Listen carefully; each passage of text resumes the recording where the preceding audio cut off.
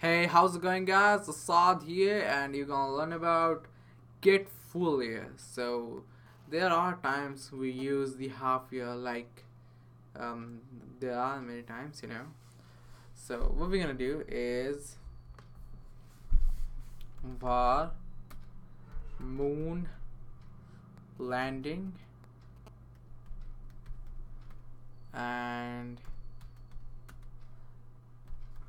new date. And inside that, what we're gonna do is use July 2069.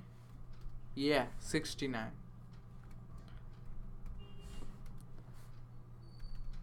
And 20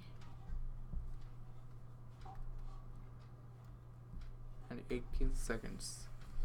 So this is the US time for the moon landing of in moon landing. So what we're gonna do is log it on a console, moon landing dot get full year.